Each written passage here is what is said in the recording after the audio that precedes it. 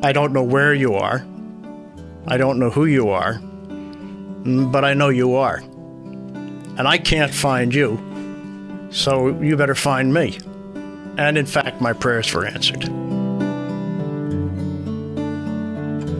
What I've learned here is not intellectual. What I've learned here is quietude. Every single event in my life to this point, and I've had some shocking events, has done nothing to me, but has done something for me.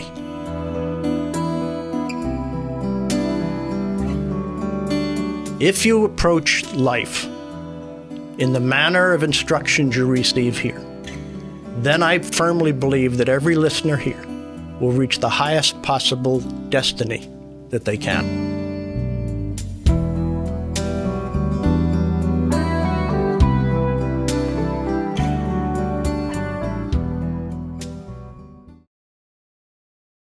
Talking of success and failure, I am tempted to ask another question which is very important and pertinent, and I would really appreciate your thoughts on the subject because it concerns tragedy. Many people have suffered tragedies. Of course they have. And I have faced them too. That was before I came to Swami, and at that time it looked tragic. Now the question is the following. Supposing a very unforeseen tragic event befalls a devotee. Of course. At that time, his faith is shaken. Now, the question is, what would you say to persons of that disposition? Because there are many out there and they are clamoring for the answer. And I would give them compassion. Because you can't teach a person an experience. No, this is somebody next to the person who can give compassion. You give compassion. What about the person himself or herself? Because each of us are our own responsibility. And if you wish to save the world, save yourself in terms of finding yourself.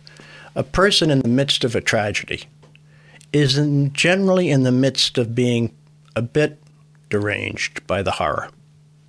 So the only thing you can do is not to speak, but possibly just to touch. But what does that person do? That's the question. That person has an opportunity that he can either succeed in or fail in. And the opportunity is to recognize that divinity knows better than humanity. And divinity never hurts. For those who believe that Swami is hard, don't realize that Swami draws you here when you most need it and carries you through every single event, be it tragedy or success.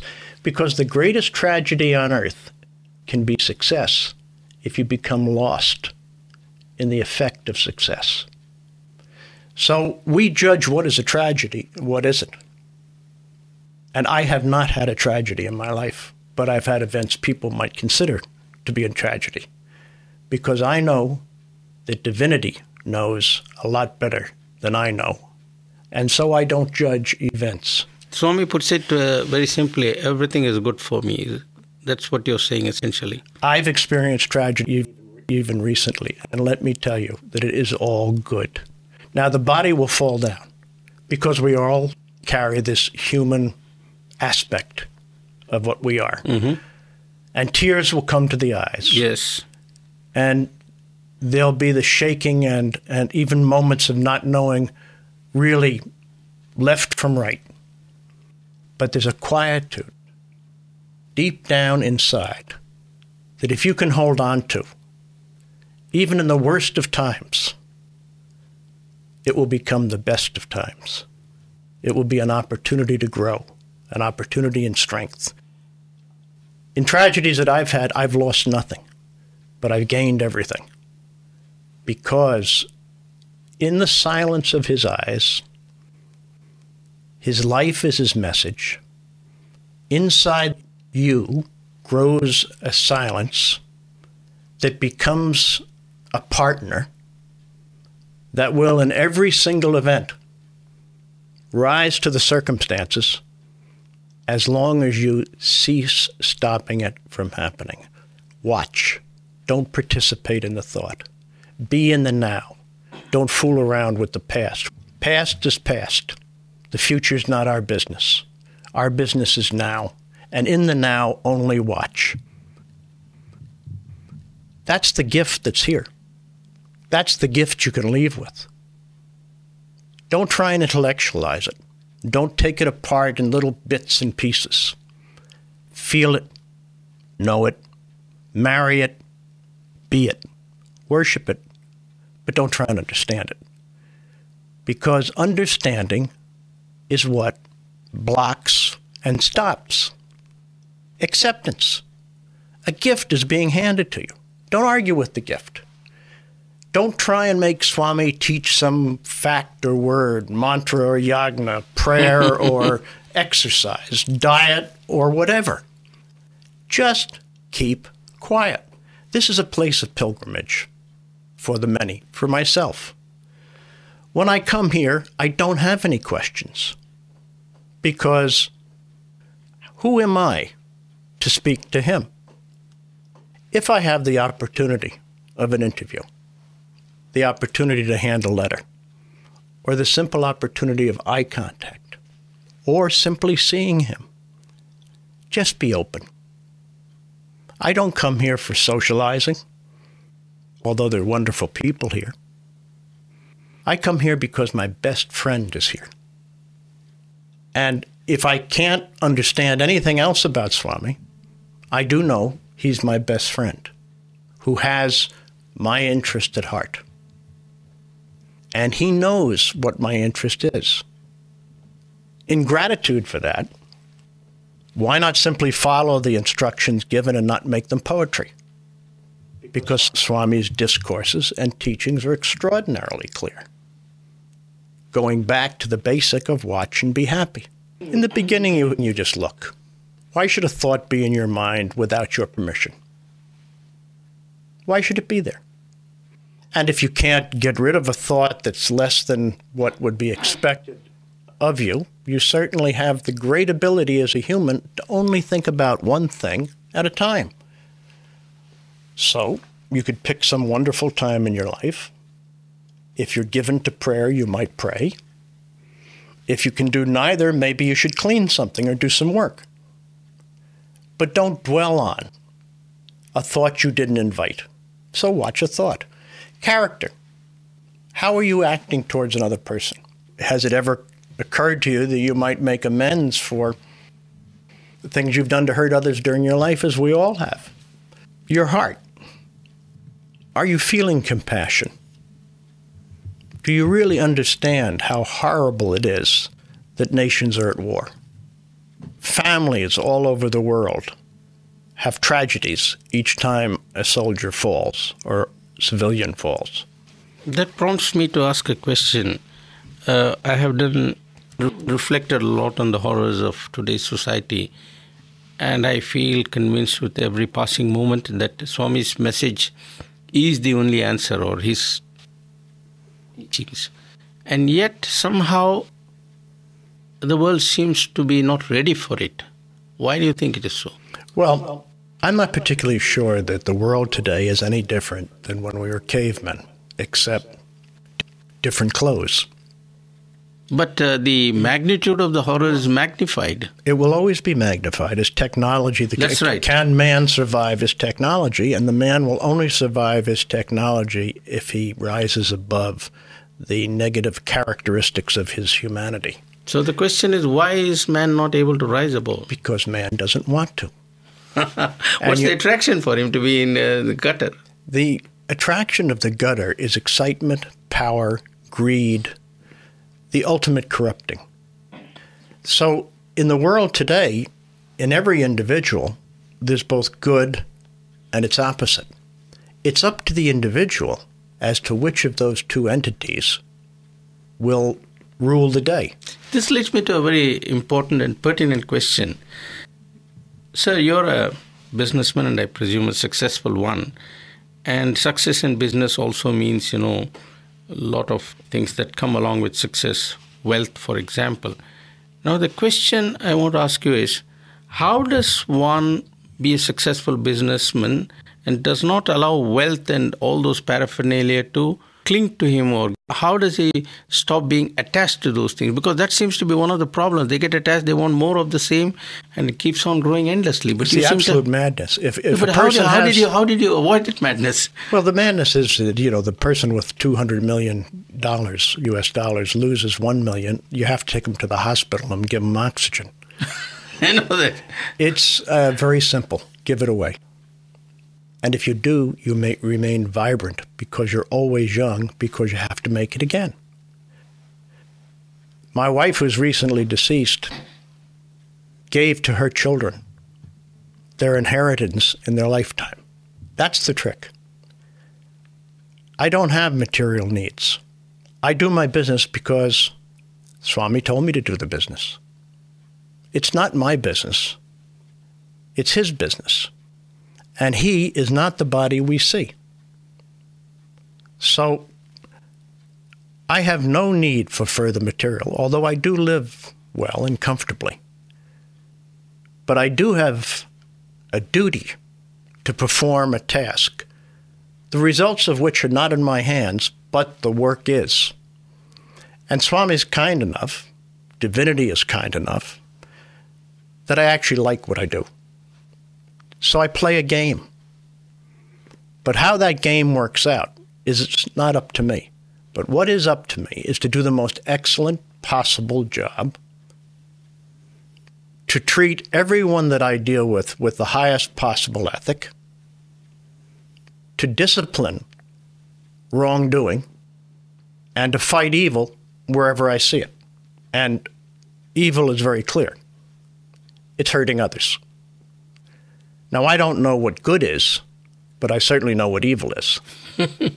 So I simply try not to harm. I don't live by commandments. I live by a code. And the code can be gleaned from simply listening to discourse. But it's not that I think that's virtue or that will do anything for me. It pleases me. Pleasure of mind. And that's the human element. So my way of doing business, I don't believe buys me anything. But it just pleases me to do it that way. Yet I firmly believe that success is not a product of the strategy and application, but it is the way a person acts that will attract to them the greatest support for whatever they're able to accomplish, or if not accomplish, the courage to be able to face whatever difficulties develop. You mentioned the word divine many times. What does divinity mean to you? Divinity, to me, is a word I use in place of the word God, because I don't think the human language approaches what's there. I can only tell you that in Swami's presence, he once said to me, "I will give you a glimpse of Swami." Now, I can't explain what that is, but I can tell you that he doesn't lie. And when he says he's going to do something, he does it. And that glimpse is not something that I can explain to you, but I can tell you firmly, only by comparison to something else, that it is beyond the word God. So divine to me means non-conceptual. God is the highest possible thought of the conceptual human being, and nothing compared to what's out there. The power of it, the magnificence of it, the totality of it, and all available. I learn more from the silence between Swami's words than I learn from words. When I listen to Swami, I try and stay empty, because very few people understand what the word listen means. Listen means mentally shut up. You can't listen if you're thinking about what you're going to say, because you're not listening. So the practice of listening is really something that develops, in a sense, by contemplation, meditation a bit, but by slowing down thoughts, by relaxation, if it was, of the mind. But if you can listen a little, then something starts to happen. And Swami is like a light bulb, but the clearest one there is. I, at a young age, wanted very much to learn my business. And the only way to learn a business is to be near someone who really knows it. Now, I can't explain how a person who may not even be a teacher of sorts, meaning that he has no interest in teaching you, drive his car for him, sweep his driveway, do anything to be there, because it rubs off. Well, in the sense where Swami is this light bulb, the body, but this light shines through that appearance so brightly that even being near there, if you're willing to listen, be open, to receive, not to argue, not to try and understand, not to try and be a devotee, just be open, then something starts to happen. So I believe Swami starts a process that moves as if it was almost automatic.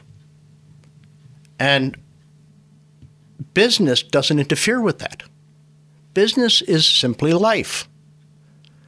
If business becomes your divinity, then you're going to become very much like what you see in the world and what bothers you, driven by greed and avarice. But you see, that's stupidity, because I don't need to take anything from you to have. It's everywhere. All I need to do is do whatever my duty is well. And it's like a magnet. You know, unconsciously you have given a wonderful paraphrase of the Bhagavad Gita. As you were speaking, all those wonderful things that Krishna says to Arjuna came alive, because that is essentially what he keeps on saying. You have been put by me in this world to play a role, and I choose actors according to their capabilities and their previous bank balance and earnings of merit. You just do it for me without being attached or without letting that cling to you. Do it well. Do it without any bad intentions. You're home. Simple. Enjoy it. Whatever it is, enjoy it. And understand that in those times when the tragedy strikes, hold on to the feet of whatever represents to you divinity.